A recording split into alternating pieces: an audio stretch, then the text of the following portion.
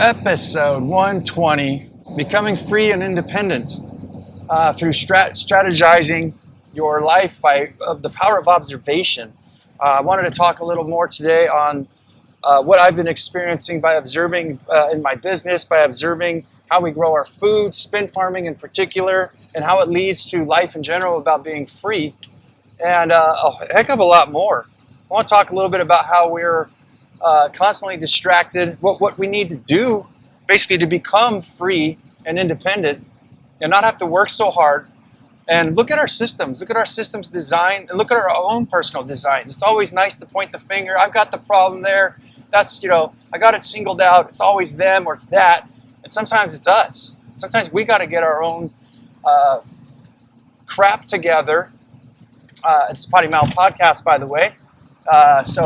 Yeah, we need to get our crap together. We need to figure out how we can fix things around. And I think there's a lot of people that may be experiencing some very hardships right now. It's the second week of October 2020 with this pandemic and shutdown and stuff. And now we may have a spike in it, which it seems like worldwide.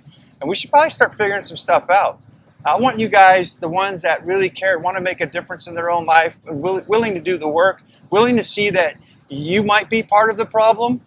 There's always room for expanding and improving things. And I think there's no better place than in yourself, in your home, your business, your life, your lifestyle design, your money, everything. And that's kind of what I kind of wanted to scrub over today. So with that, welcome to another edition of Up and In It. I'm your host, Adrian Babashoff. And if you're new here, welcome as well. And if you're wondering what the show is about, it's entirely dedicated to improving quality of life for both people and for planet, exploring alternatives to the daily grind, to liberation and independence, moving from surviving to thriving and living life raw.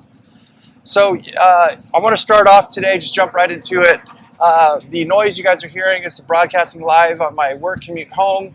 It's a very loud diesel truck. I'm towing a 6-ton trailer behind me, so there's a lot of noise back there. Sorry about that, but I've been not able to get up early in the mornings and record my shows, which I always do from my truck. Early in the morning, it's like my sound studio. I live very simple, very tiny, which we're going to talk about today. Low overhead, very frugal, but I'm free and I have lots of independence in life. This year is one of the best years I think I've had in a long time. I think it's the best year. Every year should be getting better. But yeah, that's the noise in the background, so I apologize for that. And as I said, it also is a Potty Mouth podcast. But I want to jump into what we have going on here with my observation with the spin farming. So basically what I wanted to do is maybe start a new business, growing food, doing something that I like, right? I've designed my life where I have some money in the bank.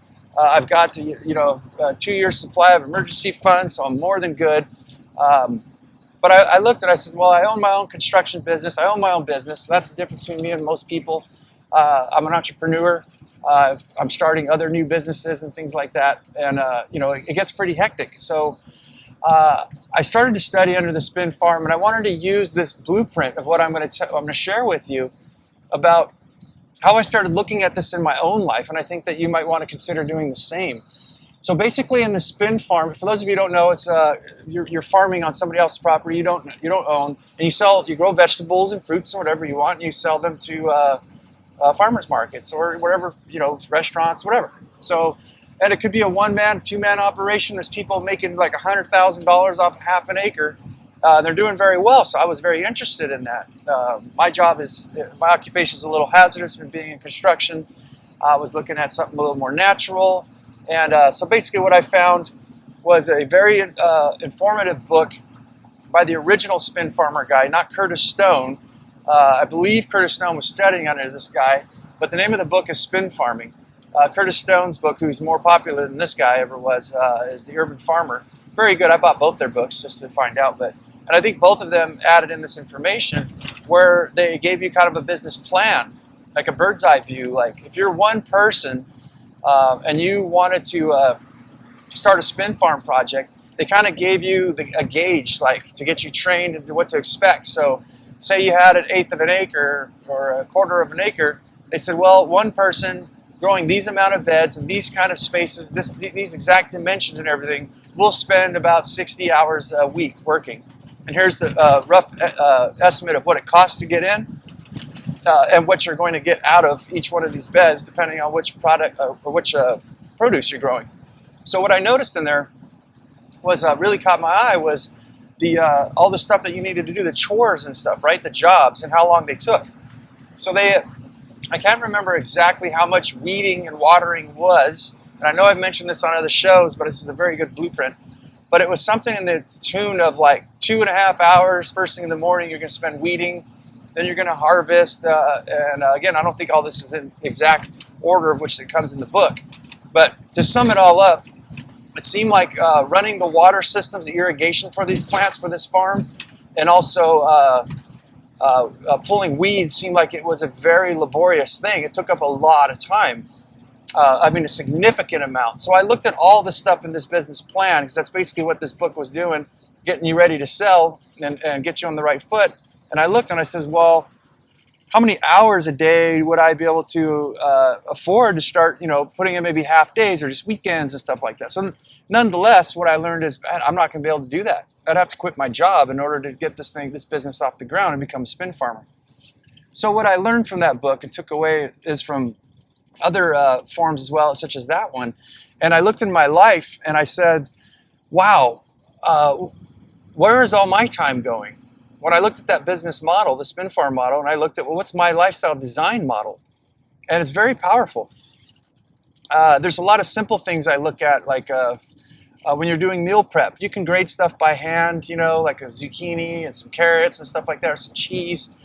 Or you can go buy it pre-blended from the grocery store, or you can get yourself a food processor if you like everything fresh. So these things I would look at what normally would take me to make a homemade from scratch, healthy, organic vegetable dinner would take me about an hour. But using such things as a food processor, a lot of you guys don't know, it has like a grater machine. It just spins in a circle and you just feed the vegetables down a tube. It'll chop stuff up for you. It does it in seconds and very efficient. Next, I look over things like an air fryer, which I just set and forget it. I can put some zucchini with some, some seasonings, a little bit of butter, stuff, throw it in there, put the air fryer on, and bam, it goes off on a timer. If you get good enough at it, you can learn your recipes, you can set it and forget it. So 10 minutes later, you come back and you have fried zucchini that's lightly toasted. And you see where I'm going with all these different things. That these using machinery and looking at your life, where all your time goes, and trying to figure out, well, what can I do to get more time in my life? That's how you become free. You can invest, I guess is what I'm saying here as well, of investing in such things as Vitamix blenders, and food processors, and then other tools for your work that you have. Definitely having a laptop and stuff like that. And your cell phone. Your cell phone's ridiculous. Auto dictation and all the things that makes everything so snappy. I think I want to do a long podcast stating all of the utensils, machinery, and things that I've automated in my life. So getting back to the spin farming then, here's the model which I came up from. I had to invent my way out of this, right? And that's what I kind of feel that I'm doing with my life, is I'm inventing my life out of being so busy and being so distracted with so many things that I have to do. As you see, I want to do them. I want to eat healthy. I want to start a new job. I want to eat healthy foods. I want to grow my own food, but I can't do it with 5 to 6 hours every day weeding in the ground. So I needed to come up with a solution. And I think this is very important, because a lot of people could be hit if the shit hits the fan with this COVID thing. We go into the lockdown, something happens. You always constantly have to pivot. And whether this thing gets bad again here in 2021, it seems like in normal life, day-to-day life, we always have to pivot no matter what. Not as hard as what we are experiencing right now, and not as hard as what we can experience. So I want you to listen to the ideas that I have, and it's not just about farming here, about what I did. It's about, think about how I built this. I looked at the farm, I says, well, that's impossible, but I still want to do it, right? So then I looked and I says, well, how can I design something where I can grow my own food where I don't have to weed? Does this sound ridiculous? At first, it pretty much did to me. So I looked and I says, wow, I got to create my own soil. Well, how do I create my own soil? I started YouTubing. I started looking up for free information with the phone, with the cell phone here, learning all kinds of good and helpful things, studying what other people have done before me, and came up with a mixture of some peat moss, vermiculite, worm compost, worm castings, and some other little additives that I put in.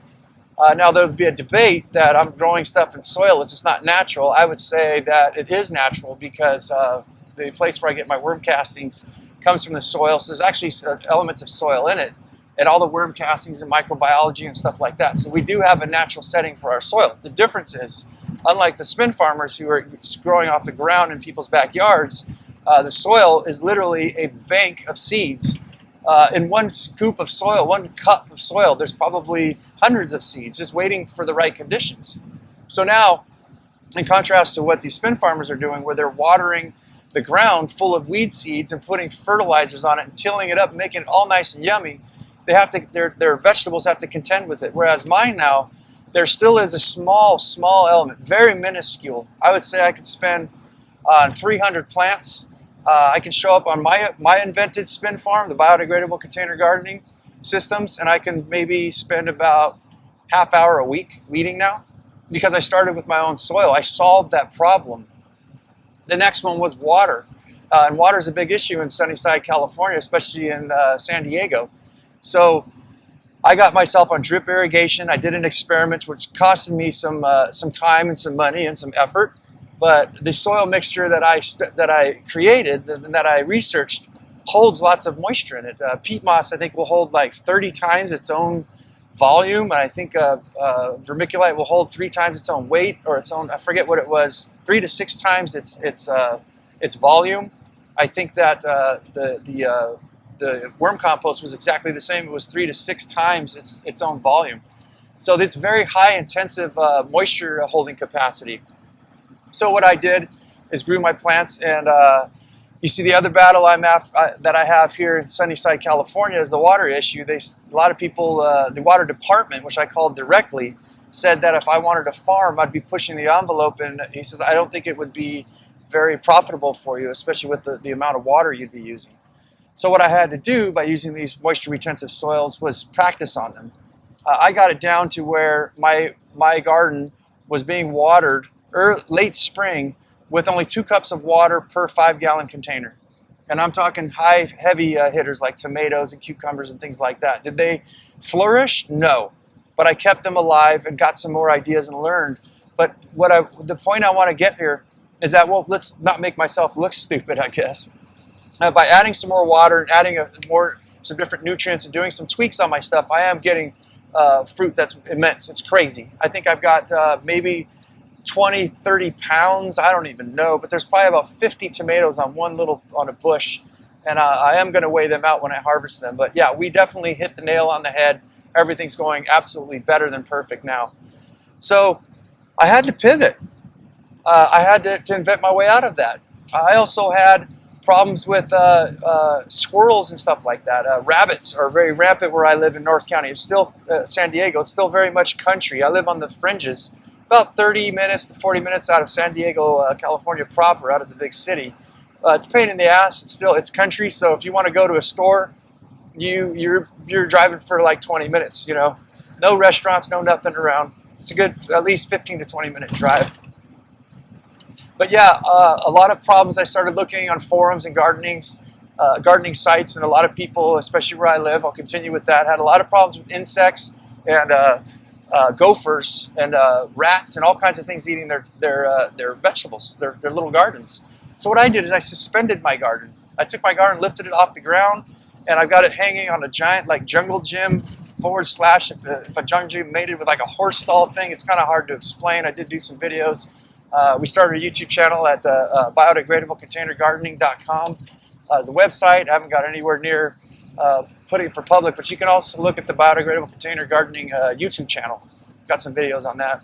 But now we've eliminated the problems with ants, with gophers, mice, rats, rabbits, squirrels, everybody. They're all locked out of my garden. There's area for the bees to come in through bird netting.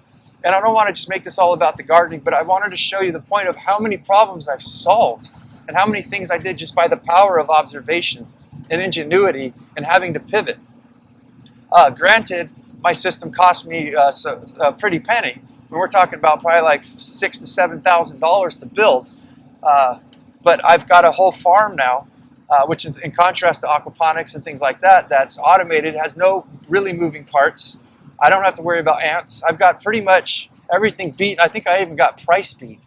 So I look at these two gardening systems, my garden system and the Spin Farm garden system, and I look at some of these things don't all have to be an investment. I understand that a lot of people are hurting or probably going to hurt. You may be hearing this in the future, trying to pick up whatever information, some cookies from me. But you just need to really take a look at everything you're doing. Where is your freedom being spent? Where is your time being spent? And what could you do about it? I think a lot of people, it's very boring to them. And as I said, I think to add to the show is I don't think that a lot of people are going to like it, because as I opened up, a lot of the problems that we have, once we solve all the world problems and people problems around us, some of us may find that we are actually the problem. Maybe we're not wanting to do the work, and maybe we just want to be, for lack of better words, I can't figure out anything. I don't mean this bad on any, but most people are lazy. And I think they don't want to put in the work. And it's boring things like I'm about to tell you, like doing a time audit. Like you're saying you don't have enough time to exercise or read a book or get ahead in life, but yet you'll put time on your phone, on Facebook for like 2 hours. I'm not here to beat you up or anything. It's actually a positive. Actually been a new saying of mine, for you to just look at where your time is going and look where your money's going. Look where your freedom is going. A lot of this would turn people off too. When we think about all these things going on, this efficiency in the kitchen, in your life, in your health, everything, in your money, it needs to be. You need to treat all this like a business. And I guarantee you that running my life like a business, I could do a hell of a lot better. I admit I don't have all the answers, but my life is definitely improving. But I think a lot of people I've encountered where they ask me, how do I not work 4 months out of the year? It's just because I'm efficient. I make a lot of money. I've designed my life in this way. Things are pretty automated and pretty much predictable. Could have never seen the COVID-19 thing coming, but even that's hitting me. I'm still good. In fact, this is probably my best year I've had since 2016, where I grossed, not earned, but grossed about $250,000 in my construction business. This year I'm hoping to make, I don't know, we'll see, but it's definitely going to be a good payday. But yeah, running your life like a business helps you to get that perspective and keep things, to get things in order and to keep things in order. And if you don't think that you're a business, I've said this in my other shows, you are paying taxes. The government's running you like a business. Because you don't run your life like a business and start figuring out where you can save money, where you can not cut corners, but where you can apply yourself and not apply what you have control over, especially like your money. You're not budgeting and things. There's people out there constantly selling you on stuff. That's a business trying to take the hard-earned money that you made in many, many forms, through commercials. I mean, you can't even walk down the street sometimes. Now, look at you walking down in Costco. It's people trying to sell you like solar systems and like pots and pans, and like it's everywhere. So unless you're smart and you know how to live below your wage, act your wage, as Dave Ramsey says, and I say live below your wage, live below your means, so that you can save and get your dreams, get freedom, do whatever it is that you want, then you're going to continue to keep following in the mousetrap. And they've got everybody tricked. Well, not everybody, but the majority of people are tricked, and they're overworked, and I think that their heads have spun so far that they can't believe that they're not free. And when I say this, I know I'm going off on all kinds of different directions here, but when you really look at it, I think a lot of people aren't free, and the worst part is they don't know it. And I think they refuse to believe it.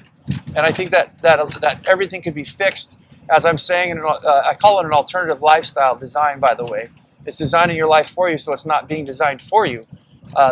Judging by all the things that I've told you here, you don't get a grip on that. It's definitely, there are people and things and associations and departments that will tell you, you need to give us that car back, we're going to come take it, or, many, many other things. So, yeah, you've got to get back. You got to get in there and you got to start designing your life. You need to do this as soon as possible. I spoke about budgeting, and that's basically it was on the podcast was how to use Excel spreadsheet and Apple's numbers. And guess what, guys? I'm a fucking dummy. If I could figure that shit out, you guys can figure that shit out. You just need to watch some videos, maybe listen to my podcast before you embark on it. But literally in 15 minutes. I should do a video on it, on how I run my budgeting on my phone. By the way, I run almost everything off my phone. My phone has made me thousands, if not $100,000. But yeah, you want to figure out what's coming in. I'll brush over it real quickly. You need to figure out what's coming in. Hopefully most people know that after taxes and everything. You also want to know what's going out. That's the biggest one. That's the first biggest one, is you need to write down every time you spend $1, 50 cents, $50, and it'll give you a perspective of where your money's going. Another big one is ghost expenses, is what I've spoke about on that particular podcast. And these are things that could happen. Experiences where, say, someone can get hit by a bus. Most people are living paycheck to paycheck. You get a blowout in your tire, and you crash and hurt your fender or shit, just even a tire. A lot of people don't even have money to buy a tire. So money is probably one of the biggest things I would say here. You owe it to yourself to get your life together. And trust me, I am like an ambassador. I think that's right. I lost track of my thought earlier, is that I'm an ambassador here for you guys to show you guys that all the things I speak of are things I actually practice. And as I said, a lot of businesses are trying to get in your pockets. I'm not selling you guys shit. I'm not selling anything here, right? There's two things points I want to make about myself in this podcast here. I do practice everything that I do. I practice what I preach. The problem is most people respect somebody who's got a Ferrari and they're showing you all the Benjamins, right? Well, a lot of us are never going to be that rich. I think some of us, like myself, don't want to go through all that hard work and experiences that those people have to do to work 16 hours a day to get there for years and years of your life. I do work 14 hours, 15 hours a day sometimes. I work every moment I can by choice. But I'm not looking to get rich. I'm only looking to do this for a year or two to get my new businesses established and see if I can get out of construction. In my story, to finish on that so I don't look like a dumbass, I have a special needs kid and I'm the owner-operator of a construction company. I love the lifestyle design. It's a start and finish jobs. I can leave and take 4 months out of the year. I don't need to have consistency with these people, especially when you do your job right, and it's done. Right? It's done. You make big chunks of money. The more harder you work, the smarter you work, the more efficient you work, the way you design your business and your home and your life, the more you get back. The second thing I want to say is I had plans to monetize this show, but as I said, I'm not driving a Ferrari. I don't have two chicks sitting in the back seat right now. I'm not sitting in a jacuzzi with a bunch of Benjamins drinking some champagne. What I do have, though, is I live a very comfortable life. I do think that you guys would probably need some proof, maybe doing some short videos like on Instagram or something, on the Up and In It show there, or Up and In It on Instagram. I was posting for a while, almost every single day, to show that, we're going to the pool, we're hanging out with my daughter, taking a day off, we're doing some barbecue, and kind of take you out throughout the day. If you're interested, comment below. In the descriptions of this podcast, or if you're watching this on YouTube, go down to the descriptions. There's my email, and you can email me any questions you have. I'd be glad to answer anything. I love doing this shit. So I'm definitely not selling you guys anything, and I don't know if I even can. Because as I said, why would you look up to somebody who lives in a tiny home, aka travel trailer, drives an old 1996 pickup truck, but owns everything, has 2 years supply of emergency funds. I might buy a house this 2021, I don't know. Depends if everything crashes. But I own everything. I'm almost debt free. The only debt I have is Social Security money that the government helped with my special needs daughter that my ex-wife got us enrolled in. And I got stuck with the bill because I was the sole provider. Back then when I had my 2 children and when I had my ex-wife, we agreed that she didn't have to work. I says, I'll work double. I'll work 10, 12 hours. That way somebody's always there with my children the way I was raised. And I still feel it's very important. But that's what I was able to accomplish by my decision. I decide what I want to do, when I want to do it. I have friends who run multi-million-dollar construction businesses. And that's kind of what spurred off today's show too, was a friend of mine. He was just miserable, man. Miserable. This guy is smoking weed, drinking whiskey like nobody's business. It just kills the day, so I don't have to think about it anymore. I hate my fucking job. I got 1 more year and I'm out, and I'm going to turn my back, and I'm done. I am done. He just turned and beat red in the face. It just sounded like shit, looked like shit, just miserable. I don't want to be that guy. He's not very healthy, overweight. hasn't been taking care of himself. I think he's diabetic and all kinds from drinking, and it's I don't know. I don't want to talk too bad on that. And some people get stuck in that rut, and I think that there's a lot of successful people that I've seen. I don't want that lifestyle, but not to say that every successful person I've seen is not that way. I've seen some that were very fit, and that's what I look at. I go in little tidbits because I have the money behind me to invest in my biodegradable container gardening business. I have the money behind me to take a few months off and maybe just take a breather and go recharge my batteries, which, by the way, when I do that and come back, it's like I've got 10 times the ideas and the energy I did by the time I quit. And almost every year, to tell you guys from experience, I call them mini retirements, where I take off 4 months out of the year. I always ask myself, was it worth working like a dog during the wintertime?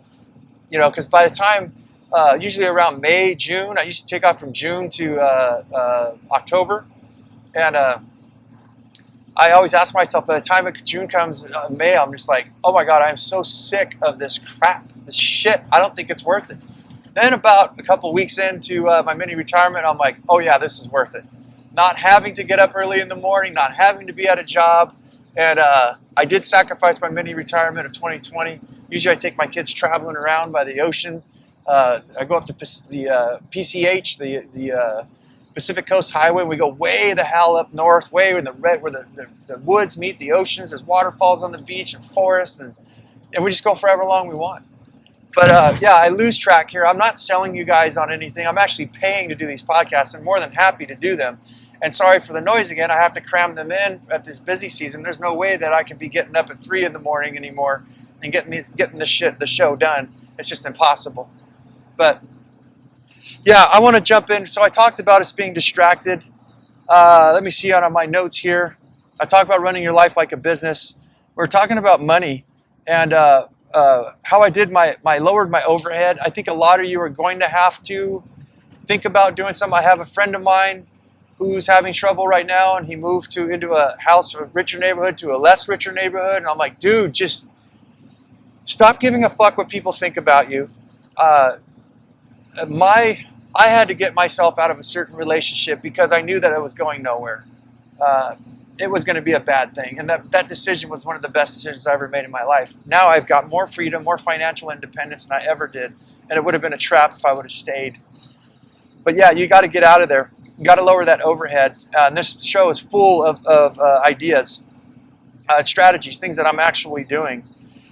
So when we start running our life like a business and we start getting a bird's eye view and noticing where our time is going, we've done our time audit and all that. We learn from spin farming and from biodegradable container gardening systems and other methods, and you start to see everything like this, everything in life. Where's all my time really going? I want more time for my kids. I want more time for myself. Maybe I want to exercise. But maybe a big thing is I want to retire one day. I don't want to work for the rest of my life. I, for one, want to work for the rest of my life, but doing what I love. That's the difference, and I think you guys may find this in your life too. I dare you to try it. Save a bunch of money. Start applying yourself towards something you like. You will actually wake up. It's a job to get yourself not to go to work. Like, I'm excited. I want to go to my fucking farm right now and start building up my new greenhouse and starting with my new ideas, right? But some of you may want to retire. And this is perfect because when you get your budgeting down straight, you know what's coming in, you know what's going out, you've figured out for ghost expenses, and you start practicing like a muscle. This is all like bodybuilding. You start practicing being frugal and looking for expenses and things and getting comfortable. Not only you may figure out that, hey, I don't want to live on just a couple $1,000s a year. I want to live a better life. Well, start applying yourself more. But with retirement, this kind of gives you your lifestyle design for the future, an idea of, well, how much would I need to even save? That's like a question I asked one of my family members is really freaked out about retirement. They're getting pretty old, younger than me, and they're already freaking out. But they kind of fucked up in life. They wasn't thinking about it and saving up money. So now they're going, well, what do I do? And one of the things I asked, well, how much do you think you need? Deer in headlights. And that scares the shit out of me. Because I get the same question when I ask people, are you budgeting? Yes. Okay, well, what's going out? What's your total expenses going out? Oh, I don't know. You're in the red. You've screwed yourself. You will lose the game. Trust me on this. But it's a positive. We're not here to bash anybody up. Get to know what's going out so you can fix the fucking problem. It's like trying to put out a forest fire with a squirt gun. It ain't going to happen. Well, same thing if you're being nervous and you're living, stress is a killer. Stress is, I think we can all agree on that. It makes life unpleasant, okay? So if you're really stressing out about your retirement, wouldn't it be nice to know how much money and actually what you want for yourself to be able to save up? And you will do this by practicing the things I'm showing you, where you can actually add machines to your life that will shortcut your time. You can start saving for your retirement, knowing that, hey, if I live and I budget and I practice this budget, not just an idea, but you actually really practice out there, it makes you feel comfortable on what you can live on. Now you know what that number is. If you're 50 years old and you're going to retire when you're 70, you can say, well, I might live to be 100, so how much money I would need to make. So I think I beat that one up enough. We talked in circles a little bit there. But yeah, you get what I'm saying now. Now you get a plan. You have your heading. You now know what you need to do. And if you start following these things, I think I'm going to do an in-depth episode on the next one. A lot of things that I've been doing. You get the time to actually finish a thought. You get the time to sit there in the bird's eye view. Now you can start conjuring up and start thinking, systems thinking of the things I just taught you today, the things I just shared with you. And that'll open you up to many, many things. I can't claim that I have all the answers. Everybody's lives are different. Anybody who says that they can is taking your money. If you're also needing inspiration, and you don't have inspiration in yourself, you haven't got your head straight, your heart straight, and your soul straight, and you're depressed and you're run down, you don't know where to go, you need to start practicing these things for free, as I'm saying on my show here. And I'm hoping that you guys will inspire yourself instead of going to these motivational speakers and stuff and paying them money and buying the whole enchilada there. And the very first thing, it starts with yourself. As I said earlier, you need to be in a spot like I am with myself. When I wake up in the morning, I'm inspired by myself. I'm fucking fired up on what I want to do, what I want to achieve, and I'm actually making things happen, a sequence of events and things that need to happen before I can get there, and they're happening. And I want my life to get better and better every year, and it's happening. It's getting better. I don't know how to prove all this stuff to you, as I said. And there's going to be failures. I think that this podcast, this show, is probably not going to do so well, as I said, because there's not very many people that are willing to get their shit together. I don't know if they'll stick with it, but I think that there are some out there. I would like to monetize it one day if it ever went there, but I really don't have high hopes that it will go. But we'll see. You never know. Hopefully I've helped you guys, because that's the end of the show there. I've been blabbing off. I got a hell of a lot more. I got so much that I'm so excited to share with you guys.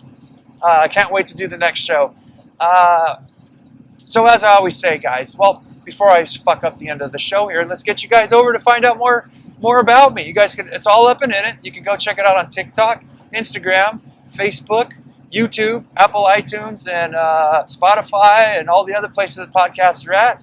We may be doing some new stuff. We'll let you guys know soon, like Parler, I think, these new apps that are coming out, where they don't ban you and do all this weird shit. I'm surprised they haven't banned me yet with my goddamn potty mouth. But yeah, and as I always say, guys, go out there and have yourself a near-life experience. Don't lose your muchness. Carry on the fire. Human up. Live it, love it, own it, and fucking bone it, my friends. Don't let it be too late. See ya.